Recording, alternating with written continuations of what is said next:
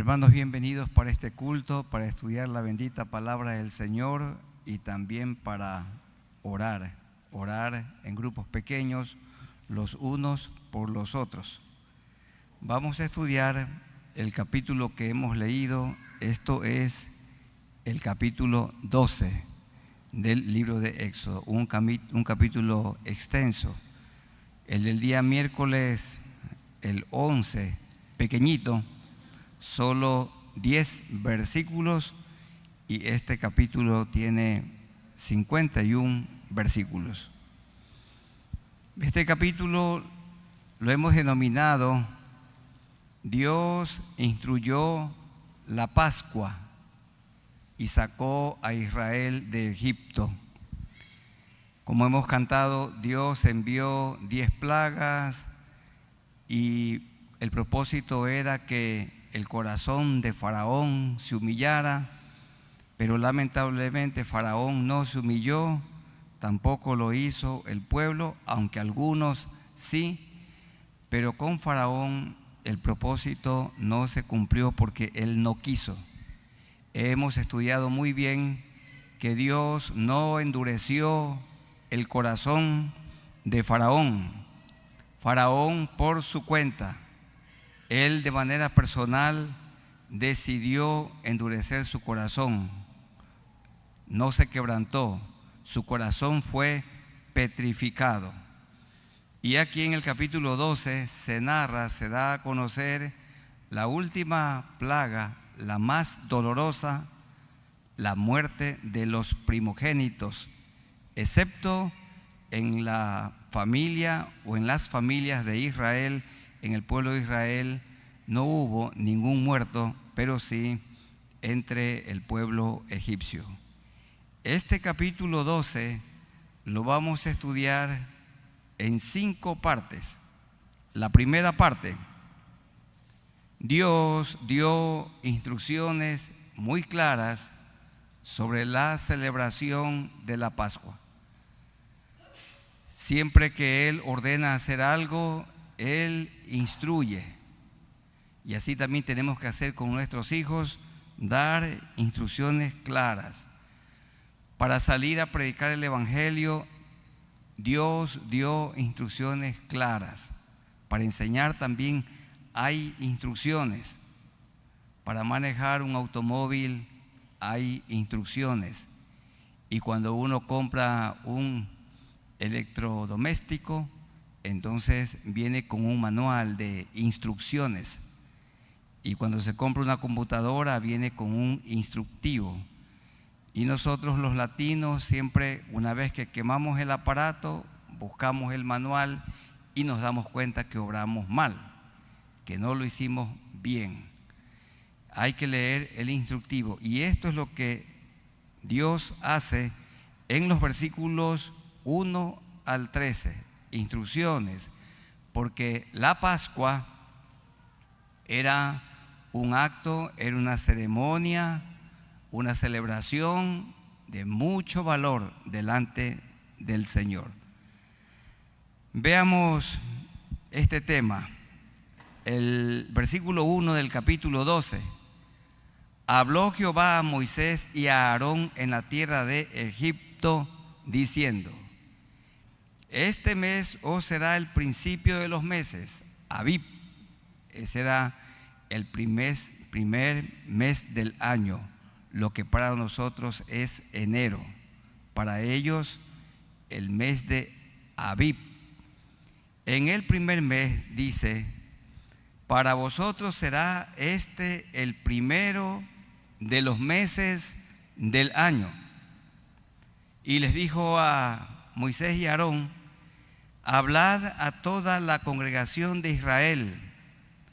Era un pueblo de 600,000 hombres, dice 12:37, sin contar a las mujeres y a los niños. Bien han dicho los estudiosos que el pueblo de Israel estaba compuesto entre 2 y 4 millones de personas. Y un promedio, diríamos con propiedad, que salieron de Egipto a la tierra prometida alrededor de 3 millones de personas. De Milagros se dice hace mucho tiempo que tiene 140.000 desde que yo era pequeño.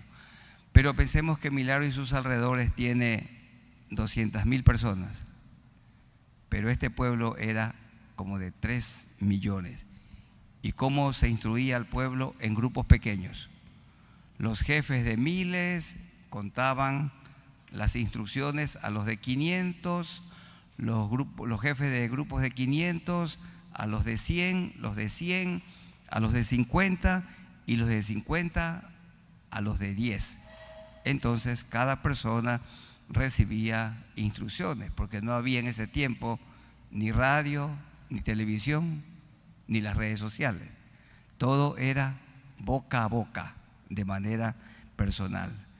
Dice, hablad a toda la congregación de Israel diciendo: en el 10 de este mes, el primer mes del año, tómese cada uno un cordero según las familias de los padres, un cordero por familia. Noten ustedes que para Dios es importante la familia. ¿Y quiénes componen la familia? Papá, mamá, hijos. Pueden ser hijos jóvenes o hijos pequeños. La familia estaba unida, los abuelitos también.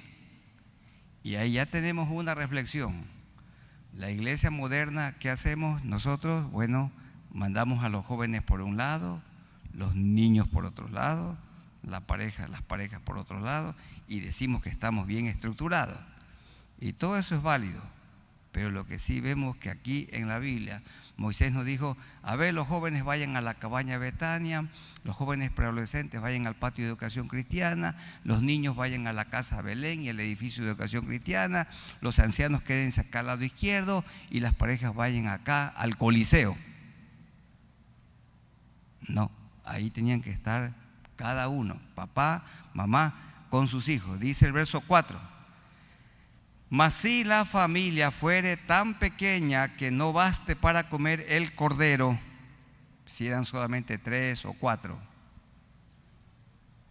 dice, entonces esa familia pequeña y su vecino inmediato a su casa tomarán uno según el número de las personas, conforme al comer de cada hombre haréis la cuenta sobre el cordero. 2 familias pequeñas se debían unir. Más adelante se reglamentó que pueden unirse 2 familias y juntarse hasta 10 personas. Pero como las familias eran numerosas, 7, 10 y mucho más.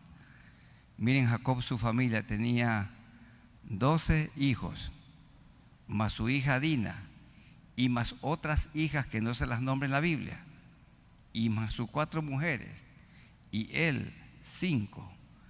Ahí ya son 6 más 12, 18, por lo menos. La familia de Jacob era una familia numerosa. Versículo 5. El animal que sería sacrificado debía ser sin defecto. Hermanos queridos, y aquí con temor reverente tenemos que decir que todo esto apuntaba a Jesucristo. Todo el Antiguo Testamento apunta a Cristo. Y el creyente que lee el Antiguo Testamento con esa mirada, con ese enfoque, con ese lente, entonces el Antiguo Testamento es maravilloso, porque Cristo es el Cordero de Dios sin defecto, que fue sacrificado, que fue inmolado por ustedes y por mí. Otra vez el verso 5, el animal será sin defecto, macho de 1 año. Lo tomaréis de las ovejas o de las cabras, y lo guardaréis hasta el día 14 de este mes. ¿Cuántos días el cordero estaría con la familia? Cuenten ahí en su Biblia. ¿Cuántos días estaría el cordero con la familia? Del día 10 al 14. ¿Cuántos días? 4. Vean el verso 3. hablad a toda la congregación de Israel diciendo: en el día 10 de este mes tómese cada uno un cordero. Y dice, verso 6, y lo guardaréis hasta el día 14 de ese mes. ¿Cuántos días el cordero en la familia? 4. ¿Para qué? Porque en esos 4 días cada familia se iba a encariñar con ese corderito. Hermanos, y al momento que tocaba sacrificarlo, la familia, ¿qué iba a sentir por ese cordero? Dolor. Esto es lo que sentimos cuando Cristo murió por nosotros. Un terrible dolor, una terrible angustia, porque el justo Cristo murió por nosotros los injustos. El propósito del corderito en cada familia era que cada familia lo amara, lo cuidara, se encariñara. ¿Cuántos aquí hemos llorado cuando murió un perrito? Y las familias lloraban cuando moría el cordero. Y nosotros tenemos que lamentarnos tremendamente, porque Cristo el justo murió por nosotros los injustos. Y lo guardaréis hasta el día 14 de este mes. ¿De qué mes? El primero del año. Y lo inmolará. Cristo fue inmolado en la cruz. Toda la congregación del pueblo de Israel entre las 2 tardes. Esto es como a las 15 horas para nosotros hoy, o 3 de la tarde, la hora del sacrificio. Está dando Moisés y Aarón instrucciones al pueblo de parte de Dios. Verso 7, y tomarán de la sangre y la pondrán en los postes y en el dintel de las casas en que lo han de comer. Toda puerta tiene 2 parantes que se le llama un marco. Deberían de poner en el parante derecho y en el izquierdo, y en el dintel la parte alta. Tenían que con un hisopo poner sangre. Y cuando esa sangre puesta por el hisopo chorreaba, quedaba formada, había como la sombra de una cruz, dice un autor. La sangre en el dintel y luego también en los parantes. Se formaba anticipadamente la cruz en la que nuestro bendito Salvador moriría. El mundo no ha conocido muerte tan cruel, horrible y espantosa como la muerte de cruz. Y esta es la grandeza del Evangelio. Cuando predicamos el Evangelio, lo más importante es cuando con reverencia le decimos al perdido o a la persona incrédula que Cristo murió en su lugar. Dice el versículo 8, y aquella noche comerán la carne del cordero asada al fuego y panes sin levadura, con hierbas, ¿qué cosa? Amargas lo comerán, porque en el mundo tendréis tribulación. Hermanos, en la vida cristiana y en el mundo hay momentos de gran alegría, pero también de gran tristeza. Nos descubren un cáncer en el cuerpo. ¿Qué hay? ¿Alegría? No, gran tristeza. Cuando un hijo tiene un accidente, cuando una persona se muere, siempre estamos sufriendo. Así es la vida cristiana. Por esto este cordero tenía que ser comido con hierbas amargas. Dice el verso 9, ninguna cosa comerás de él cruda, ni cocida en agua, sino asada al fuego, su cabeza con sus pies y sus entrañas. Nosotros cuando comemos la palabra del Señor hay que comerla como es, limpia, es pura, es inerrante. La palabra de Dios no tiene mezclas. Qué horrible es comer comida cruda. Una de las razones por las cuales algún tiempito me horroricé de comer un poquito de pollo, principalmente el muslo, porque quedaban venas con sangre viva. En cambio hay lugares donde a uno le dan un pollo muy bien cocido y uno se lo come muy bien. Es horrible comer comida cruda. Y a algunos les gusta la carne vertiendo sangre. Bueno, aquí dice que la carne debía ser asada al fuego. En el versículo 9, bien asada. Ninguna cosa dejaréis de él hasta la mañana. Cuando uno come la palabra de Dios, hay que comerla toda y no hay que rechazar nada. Porque hay creyentes que siempre dicen, me gusta el Nuevo Testamento, pero no me agrada el Antiguo Testamento. Me gusta, me identifico con el autor del Nuevo Testamento, pero no con el del Antiguo. Es el mismo. El mismo Dios que escribió el Antiguo es autor de la palabra del Señor del Antiguo, también del Nuevo Testamento. Y lo comeréis, dice el verso 11, así, ceñidos vuestros lomos, es decir, listos para emprender el camino a la tierra prometida.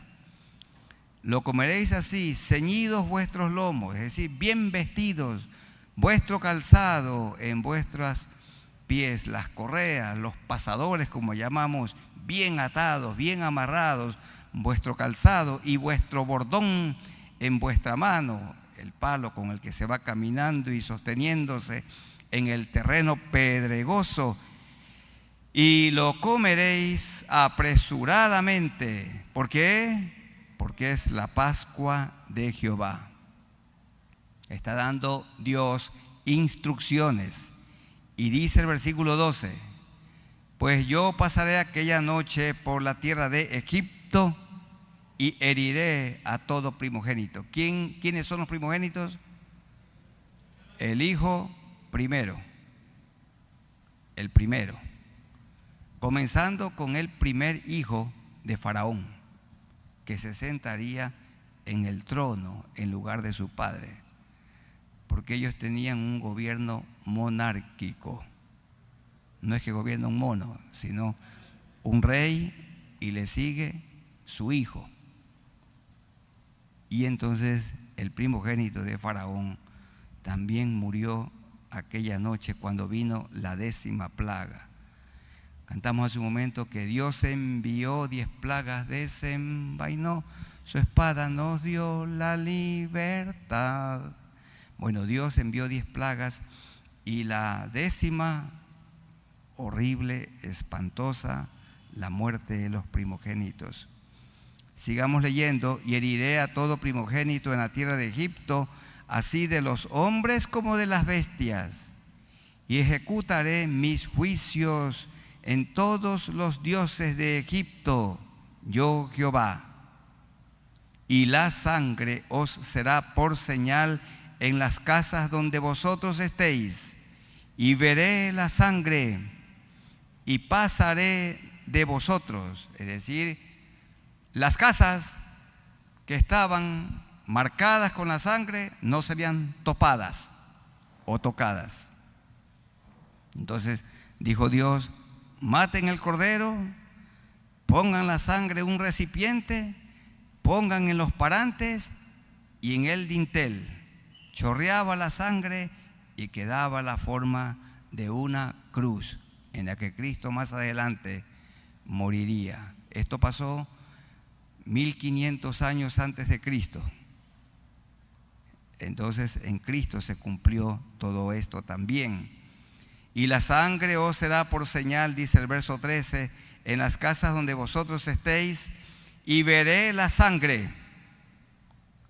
Y veré la sangre y no los mataré, y pasaré de vosotros, y no habrá en vosotros plaga de mortandad cuando hiera la tierra de Egipto. ¿Por qué el diablo ya no nos toca? Porque el Señor nos ha limpiado con su sangre preciosa. Cuando, si fuera por Dios, Dios nos podía quitar la vida. Pero la justificación es el acto por el cual Dios nos mira a través de Jesucristo. Entonces Dios el Padre mira la sangre de su Hijo que derramó por ustedes y por mí. Yo no sé y no puedo juzgar en este momento de ninguna manera cuántos son conscientes de lo que significa la muerte de Cristo y su sangre derramada en la cruz. Ustedes han hecho lo malo y yo también he pecado. Todos merecemos la muerte porque la paga del pecado es muerte, pero Cristo murió en la cruz como nuestro sustituto. Ahora les tengo una pregunta. Si los egipcios con fe hubieran muerto un cordero y hubieran untado sangre en los postes y también en el dintel, ¿la muerte hubiera llegado a esa casa? No, porque la salvación está dispuesta para todos. El propósito de las plagas era humillar el corazón de Faraón y de todo el pueblo. Pero como no se humillaron, la muerte les llegó. Todo el pueblo de Israel en unidad, cada uno, entonces sacrificaron un cordero, pusieron la sangre en un recipiente, luego pusieron en el dintel y en los postes a la entrada de cada puerta. Y cuando vino el heridor o el ángel de la muerte, donde había sangre, no moría el primogénito. Hace poco hubo una horrible pandemia llamada el coronavirus. Y Dios tuvo misericordia de nosotros y estamos todavía con vida. Versículos 1 al 13. ¿Qué tenemos allí? Instrucciones claras para la celebración de la Pascua. Segundo, Dios también dio instrucciones sobre la celebración de otra fiesta llamada la celebración de los panes sin levadura. Esta es una fiesta luego de la Pascua. La levadura es un elemento que transforma la masa. ¿Qué hace la levadura en la masa de harina? La hincha. La muestra de una manera irreal. Cuando uno va a la panadería y compra un pan con levadura, hay unos panes que son así grandotes. Y uno los toma en la mano y los aprieta. Y queda una pequeña masita. Ese pan es pura lámpara. Ese pan es pura apariencia. Ese pan es un pan hipócrita. Hipócrita, ¿verdad? Es puro teatro, porque aparenta ser grande, nutritivo, pero es pequeño. En toda la Biblia, tanto en el Antiguo como el Nuevo Testamento, siempre la levadura representa algo malo. Y en el tiempo de Jesús, cuando estuvo aquí en la tierra, la levadura de los fariseos representaba las doctrinas de error, las herejías que ellos enseñaban y la vida sucia y asquerosa que ellos tenían.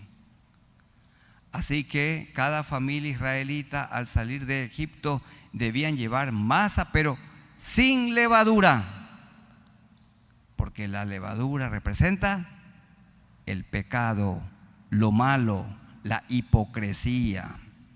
Y esto se explica en los versículos 14 al 20. Veamos algunas porciones. 14. Y este día os será en memoria y lo celebraréis como fiesta solemne para Jehová durante vuestras generaciones. Por estatuto perpetuo lo celebraréis. La fiesta de los panes sin levadura era 7 días. Verso 15. 7 días comeréis panes sin levadura. ¿Qué significa la levadura? El pecado, la hipocresía, la apariencia, el teatro. Somos habilidosos para fingir. ¿A qué edad más o menos aprendimos a ponernos la máscara? Hermano, ¿cómo te va? Bien, muy bien. Hermano, ¿su corazón está bien con todo? Muy bien, muy bien. Usted no se imagina, todo lindo. Y esa no suele ser la verdad por dentro. Todavía los adolescentes se muestran como son y los padres se ponen preocupados porque ellos cuando están enojados muestran que están enojados, y eso está bien porque todavía no son hipócritas. Un niño se muestra tal como es, ¿verdad? Cuando el niño está alegre, muestra su alegría, y cuando está enojado, muestra su enojo. Todavía no ha aprendido a ser hipócrita, pero ustedes y yo, que ya somos grandecitos, ya sabemos fingir muy bien. La levadura. Así que si alguno en esta noche tiene un poco de levadura en el corazón, en la mente, hay que sacarla para que tengamos una vida limpia delante del Señor. Dice el versículo 15: 7 días comeréis panes sin levadura, y el primer día haréis que no haya levadura en vuestras casas. No haya hipocresía, que no haya pecado, apariencia, fingimiento, porque cualquiera que comiere leudado desde el primer día hasta el séptimo morirá. Así dice la última parte: será cortado de Israel. Esa palabra cortado sería mene mene tekel uparsin. Llega el momento del fin. El primer día habrá santa convocación, el primero y el séptimo. Y hermanos, cuando ustedes leen en la Biblia santa convocación, es como la de este momento. Aquí nos estamos congregando para adorar al Señor, para cantarle, para alabarle, escuchar su palabra, permitir que ella nos hable. Es una santa convocación. Cada miércoles tenemos una santa convocación, cada viernes una santa convocación, y estamos preparados para el domingo, una santa convocación. El primer día habrá santa convocación, y asimismo en el séptimo. ¿Qué días eran los días para los cultos? El primero y el séptimo. Y asimismo en el séptimo día tendréis una santa convocación. Ninguna obra se hará en ellos, excepto solamente que preparéis lo que cada cual haya de comer. El domingo es una santa convocación. El hermano tiene abierto su almacén hasta el sábado, su tienda hasta el sábado, todo. Y Dios quiera que los jóvenes puedan encontrar una maestría que no involucre el domingo. Hay clases presenciales los domingos, pero ahí está la ventaja de las carreras en línea, online. Eso es bueno porque cada uno elige su horario y no toca el domingo para participar de la santa convocación. Bueno, hay personas que tienen que trabajar el domingo, como se trata de algunos policías, vigilantes, militares, y todo eso está bien. Pero pronto llegará el momento en que ya no tendrán que elaborar el día de la santa convocación. Dice el versículo 17: y guardaréis la fiesta de los panes sin levadura, porque en este mismo día saqué vuestras huestes de la tierra de Egipto. Por tanto, guardaréis este mandamiento en vuestras generaciones por costumbre perpetua. Los reyes de Israel, algunos de ellos olvidaron la Pascua, los jueces también. Esta hermosa práctica la olvidaron. Otra vez dice el verso 18: en el mes primero comeréis los panes sin levadura, desde el día 14 del mes por la tarde hasta el 21 del mes por la tarde. Es decir, 7 días. ¿Cuándo tenían que comprar o tener en la casa el corderito? El día 10. ¿Hasta qué día del sacrificio? El 14. ¿Con qué propósito? Encariñarse con el corderito, y al momento de matarlo, mucho dolor, mucha tristeza. La muerte de Cristo en la cruz por nosotros. Tanto nos amó que entregó su vida. Y sigue diciendo, continúa diciendo el 19, por 7 días no se hallará levadura. Como la levadura es el pecado, tenemos que preguntarnos en este momento, ¿qué tal? ¿Tengo levadura en mi corazón? ¿Hay levadura en mi mente? ¿En mi vida hay levadura? Levadura es lo malo.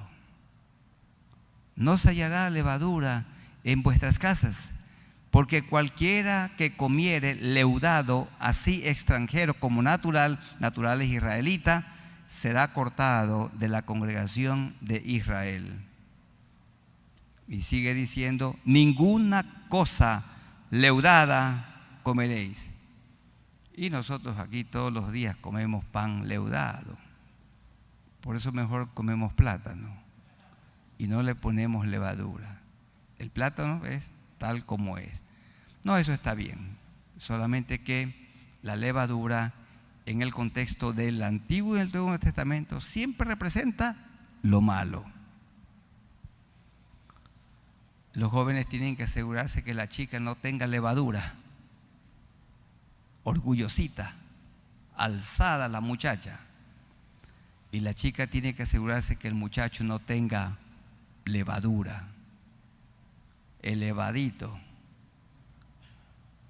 como que es lo máximo, egocéntrico, orgullosito, soberbio, con levadura.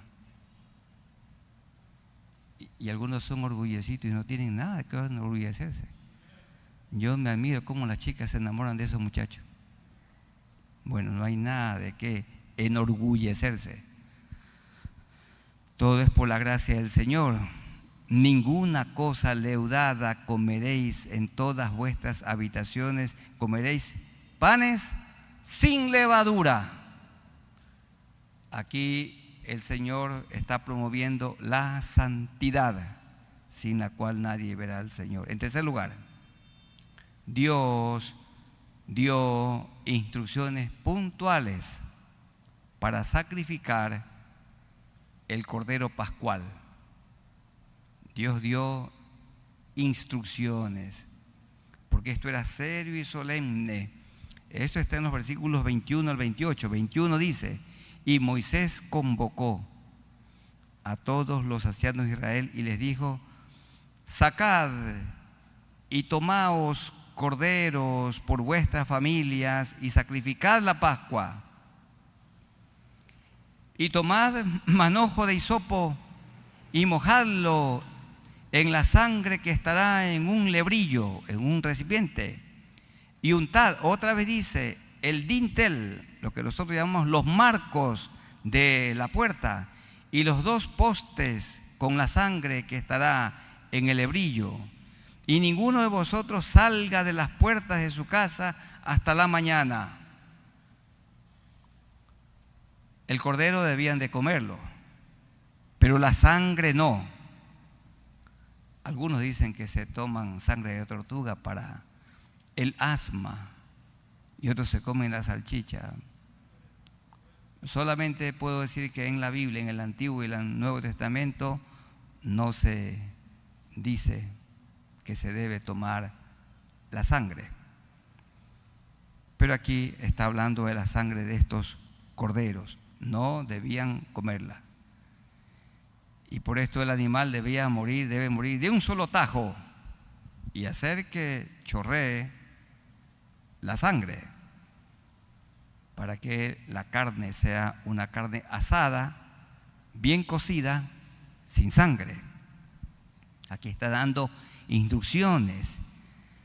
Dice verso 13, porque Jehová pasará hiriendo a los egipcios, y otra vez, y cuando vea la sangre en el dintel y en los postes, pasará Jehová aquella puerta. Ahí está diciendo que la sangre tenía que ser untada en el marco derecho, en el marco izquierdo y en el dintel. Ya hemos dicho, formando como una cruz. Y en los dos postes pasará Jehová aquella puerta y no dejará entrar al heridor. Vean la última parte del versículo 23. También se lo llama el ángel de la muerte. Y no dejará entrar al heridor en vuestras casas para herir. Hoy fuimos mi esposa y yo con nuestro hijo a una concentración de iglesias en el sur de nuestro país, en el cantón Santa Rosa de la provincia del Oro. Mucha gente, a lo mejor 1000 personas o más. Y allí algunos pastores me estaban contando la peligrosidad donde ellos viven y trabajan. Y me dijeron, ¿qué hacemos? Bueno, confiar en el Señor y tenemos que seguir. El heridor anda por todas partes hoy, pero los que hemos sido limpiados por la sangre de Jesucristo podemos morir. Este cuerpo lo pueden matar, pero el alma no. El peligro en medio del cual vivimos no tiene que ser un impedimento para que ustedes y yo prediquemos el Evangelio. Y no dejará entrar al heridor en vuestras casas para herir. Con esa confianza vinimos aquí al templo, sabiendo que el heridor no va a entrar a las casas. Guardaréis esto por estatuto perpetuo para vosotros y para vuestros hijos. Perpetuo es para siempre. Guarden este rito. Verso 26, y cuando os dijeren vuestros hijos, ¿qué es este rito vuestro? Vosotros responderéis, es la víctima de la Pascua de Jehová, el cual pasó por encima de las casas de los hijos de Israel en Egipto, cuando hirió a los egipcios y libró nuestras casas. Entonces el pueblo se inclinó a tierra, es allí, y adoró. Qué hermoso el versículo 28. ¿Quién fue el hombre que Dios usó para unir al pueblo de Israel? José. José hizo que se reconciliaran. Él se reconcilió con sus 11 hermanos. Y entonces permanecieron unidos al norte de Egipto, en la tierra de Gosén. ¿Cuántos años? 430 años, como lo dice 1240. El tiempo que los hijos de Israel habitaron en Egipto fue 430 años. Leamos el 8. Y los hijos de Israel fueron e hicieron puntualmente así. Puntualmente, como se les ha dicho, como Jehová había mandado a Moisés y a Aarón. ¿Cómo debemos obedecer? Puntualmente, como el Señor dice. Miren, jóvenes, ¿qué dice el Señor puntualmente? No se unan en yugo desigual con un o una incrédula. Eso hay que guardarlo puntualmente. ¿Qué más dice el matrimonio? El matrimonio es hasta que la muerte los separe. Y eso hay que guardarlo puntualmente. Amar al enemigo, hay que obedecerlo puntualmente. Dar para la obra de Dios, ahí no dicen nada. Puntualmente. Todo es puntualmente. Disciplinar a los hijos puntualmente. Los hijos respetar y obedecer a sus padres puntualmente. No calumniar con nuestra boca puntualmente. Vean, el 28. Y los hijos de Israel fueron e hicieron puntualmente así. Qué bueno es cuando una iglesia es obediente y hace puntualmente como Dios ordena y también por las instrucciones que da el pastor. esta noche dijimos, no muevan las sillas. Y algunos lo han hecho puntualmente, otros no. La movieron un poquito. Entonces, puntualmente, déjela allí. Déjela allí. Hay un propósito por el cual fue puesta la silla allí. Puntualmente. Hay que seguir instrucciones puntualmente. Las señales de tránsito, ¿hay que obedecerlas? Puntualmente. Las tareas en el colegio, ¿hay que entregarlas? Puntualmente. Los que están estudiando en el seminario de la extensión, ¿hay que entregar las tareas? Puntualmente. Todo es puntualmente. Y a una reunión se asiste como en este momento, ¿no? Algunos recién llegaron. Qué puntuales que son. Puntualmente es todo. Miren, ahí está. Y los hijos de Israel fueron e hicieron puntualmente como Dios les ha dicho.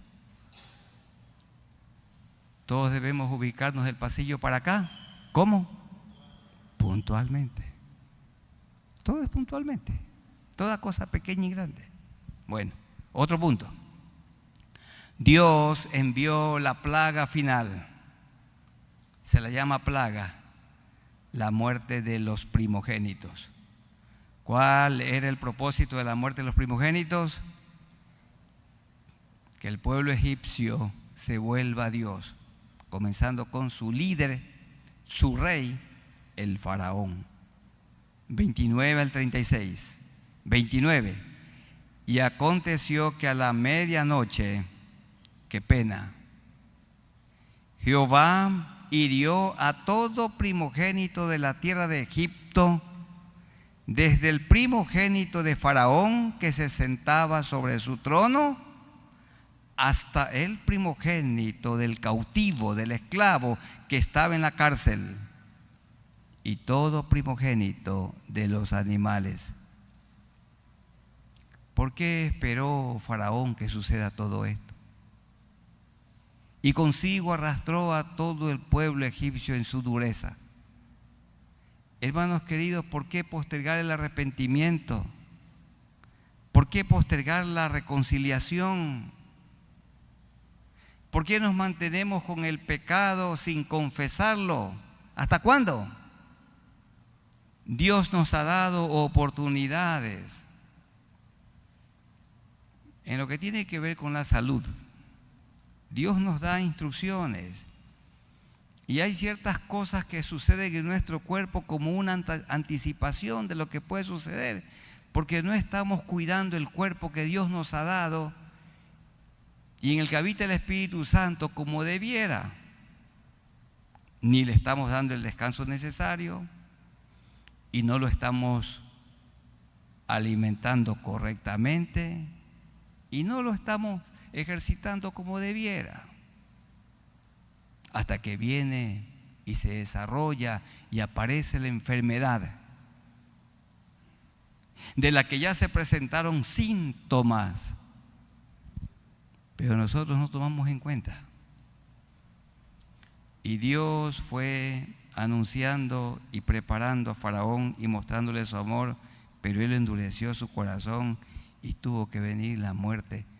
Hermanos, la muerte del primogénito, un padre que lo ama, se muere.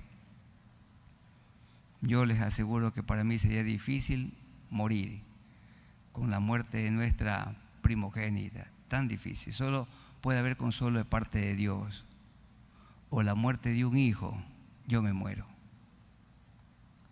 Lo común es que los hijos sepulten a los padres, pero ustedes y yo no imaginamos el dolor para un padre sepultando a su hijo o a su hija.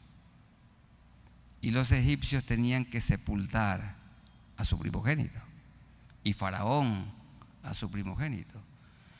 Yo he estado en muchos velatorios y muchísimas ocasiones en el cementerio procurando consolar en el nombre del Señor a los padres que están sepultando a un hijo o a una hija. Y permítanme decirles que han sido los momentos más tristes de mi vida. Y me siento tan impotente porque no hay palabras para consolar con la muerte de un hijo o una hija. Y a ese estado de postración, de dolor, fue Faraón. Y claro que ahora sí, él había hecho 4 propuestas. ¿Se acuerdan? ¿Cuál era la primera? Adoren en la tierra de Gosén. La segunda, vayan al desierto. La tercera, vayan los varones. La cuarta, vayan todos menos los animales. Y el Faraón y Moisés dijo, no, iremos todos. Y ahora con su hijo muerto y toda una mortandad en Egipto, vean lo que pasó. 31, lean en su Biblia. E hizo llamar a Moisés y a Aarón de noche y les dijo: salid de en medio de mi pueblo, vosotros y los hijos de Israel, e id, servid a Jehová, como habéis dicho. Tarde, demasiado tarde. ¿Por qué no se arrepintió a la primera atención, a la segunda llamada de atención? Hermanos, ¿por qué esperamos? ¿Por qué postergamos? Y a nosotros los hombres no nos gusta ir al médico. El hombre está enfermo y calladito está. Por esa razón los médicos exigen que vaya también la esposa, porque la esposa sí le dice al médico todo lo que le pasa al marido. Y esta es una de las razones por las que el hombre vive menos, 7 años menos. Tengan la seguridad las hermanas que quedarán viudas, porque el hombre posterga. Le duele la muela, una pieza dental, y ahí anda. Se mastica una cabecita de ajo, se toma una Finalín y no va al dentista, y no va, hasta que pierde la pieza dental. Y anda en ese carro sin matrícula, sin licencia. Mañana está caducada su licencia, 1 mes, 2 meses, 1 año, 2 años, anda escondido. No arregla, no le saca las placas a la motocicleta, no matricula el carro, ahí lo tiene. Posterga. Igualito a Faraón. Pero ahora la muerte de su primogénito. Vayan, dijo el 32. Tomad también vuestras ovejas, las que dijo que se queden en Egipto, vuestras vacas, como habéis dicho, idos, y bendecidme también a mí. Con tristeza quiero decir que esto no lo dijo de todo corazón, porque más adelante su corazón siguió duro. Murió en el Mar Rojo, y los egipcios apremiaban al pueblo dándose prisa a echarlos a la tierra, porque decían, echarlos de la tierra de Egipto, todos somos muertos. Y llevó el pueblo su masa antes que se leudase, sus masas envueltas en sus sábanas sobre sus hombros. E hicieron los hijos de Israel conforme al mandamiento de Moisés, pidiendo de los egipcios alhajas de plata y de oro y vestidos. Esto era cobrar su salario que no les había sido pagado. Y Jehová dio gracia al pueblo delante de los egipcios y les dieron cuanto pedían. Así despojaron a los egipcios. Dios les hizo justicia. Y en último lugar, Dios sacó a los israelitas de Egipto y los condujo a la tierra prometida. Dios los sacó con mano poderosa. Y como se dice en el capítulo 10, no quedó ni una pezuña, ni un rastro en la tierra del norte de Egipto, la tierra de Gosén, donde vivieron 430 años. Unos pocos versículos para concluir. Verso 37. Partieron los hijos de Israel de Ramesés a Sucot. Partieron emprendieron el viaje, caminando. Como 600,000 hombres de a pie, sin contar a los niños, y dice más adelante, sin contar a las mujeres. Hoy sí las contamos a las mujeres y a los niños. También subió con ellos grande multitud que no eran israelitas. Y esas personas que no eran israelitas más adelante se convirtieron en el medio de Israel aguijones. Como cuando una persona viene a pedir posada llorando, una prima dice: dame un ladito aquí en la casa, tienes un cuartito vacío, y le da lugar. Y después esa persona se convierte en un aguijón y se le quiere quedar hasta con la casa. Oye, es terrible y no se la puede sacar. Ahí le da un lugarcito para que viva, para que cuide el solar. Y después, no, dice: yo tengo aquí 10 años, y se busca un abogado y comienza a pelear por ese pedazo de terreno. Esos que se le unieron eran egipcios, los del verso 38. Y después, aguijones, también subió con ellos grande multitud. Una multitud de por lo menos 10,000 personas, de toda clase de gentes que no eran israelitas, y ovejas y muchísimo ganado. Y también hubo algunos israelitas que se casaron con una egipcia, e israelitas varones israelitas mujeres que se casaron con un egipcio. Entonces, en ese momento de terror, de muerte, siguieron con el pueblo de Israel. Pero más adelante fueron aguijones para el pueblo. Y cocieron tortas, todos sin levadura, de la masa que habían sacado de Egipto, pues no había leudado, porque al echarla fuera los egipcios no habían tenido tiempo ni para prepararse comida. El tiempo que los hijos de Israel habitaron en Egipto fue 430 años. Hermanos, iniciaron su travesía, su camino a la tierra prometida. Debió ser una travesía de pocos días, pero se convirtió en un recorrido de 40 años, dando vueltas en el desierto, en el Sinaí, porque el corazón de los israelitas, ya yendo para la tierra prometida, se endureció. Entonces, allí Moisés recordó unas leyes. Dice el verso 43: y Jehová dijo a Moisés y a Aarón: esta es la ordenanza de la Pascua, ningún extraño comerá de ella. Tenían que arrepentirse.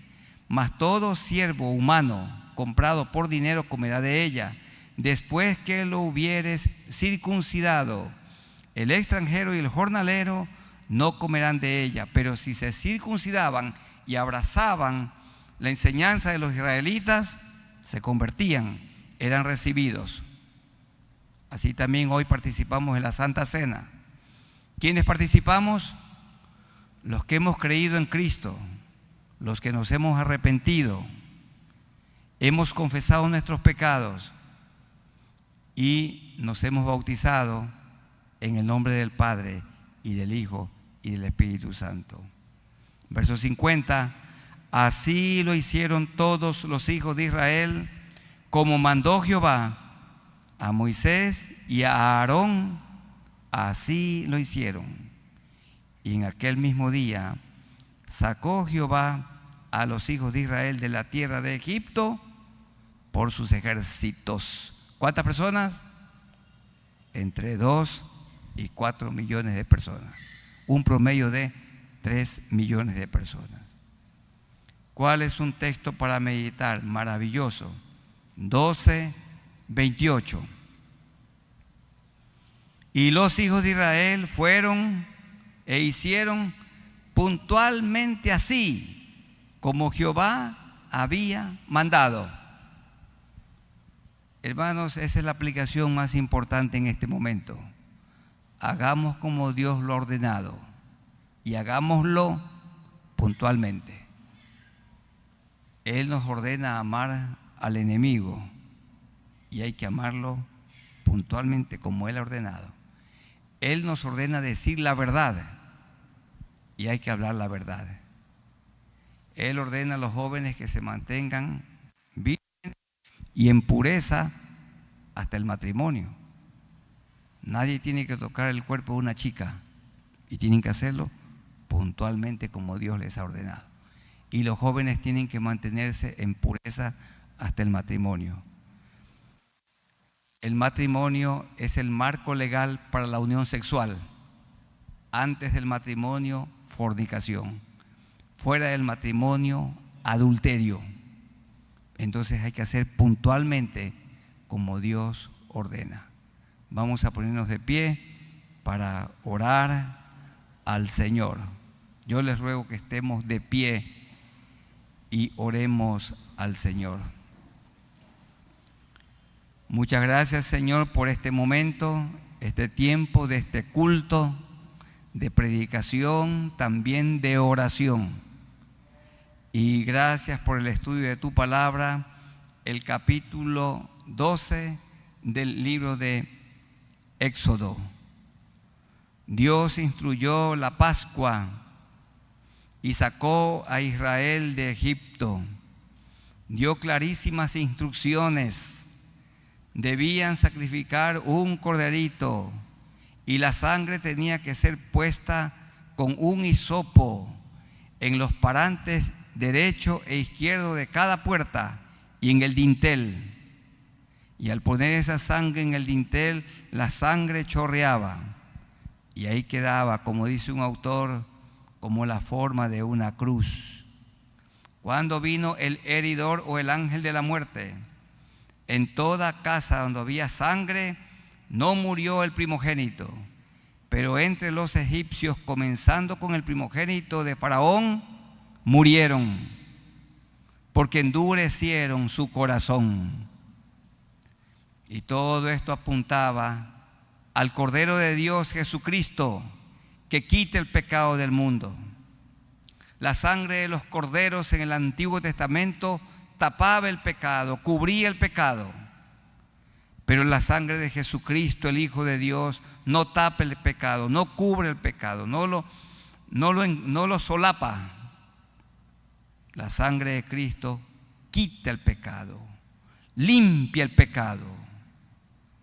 Tú limpiaste, Señor, con tu sangre las manchas de nuestra alma. Tú nos ordenas para que hagamos las cosas que tú ordenas puntualmente. Mi hermano, mi hermana, aquí de pie. Hay cosas que usted no está haciendo puntualmente. Hay cosas que yo no estoy obrando puntualmente. Si reconocemos en este momento que hay cosas que no estamos haciendo puntualmente, es el momento de confesar y decirle: Señor, yo te confieso mi pecado o mis pecados. Hay cosas que no estoy haciendo puntualmente. Y digámosle al Señor qué es lo que no estamos haciendo en obediencia y puntualmente.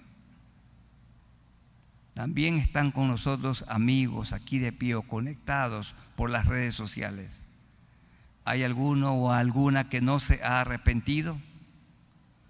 Donde se encuentre allí, dígale al Señor estas palabras, haga esta oración: Señor, yo no te conozco y por esto no te obedezco. Hasta ahora he vivido en delitos y pecados. Mi vida ha sido un caos, sumergida en los vicios. Me acerco a ti y te pido perdón por todos mis pecados. Me arrepiento de todas mis maldades. He oído que la sangre de Cristo limpia de todo pecado y de toda maldad. Límpiame mis pecados. Lava las manchas de mi alma. Dame tu Santo Espíritu y ayúdame a vivir desde hoy una vida nueva. Esto te ruego en el nombre de Jesús. Gracias, Señor, por esta predicación. Gracias por este estudio de tu palabra que alimenta nuestra alma y nos edifica. Y en el nombre de nuestro Señor Jesucristo. Amén. Hermanos amados, tomen asiento, que el Señor les bendiga. Y a los hermanos y amigos que se han conectado con nosotros, Dios los bendiga. Un abrazo desde este templo para ustedes. El Señor los acompañe.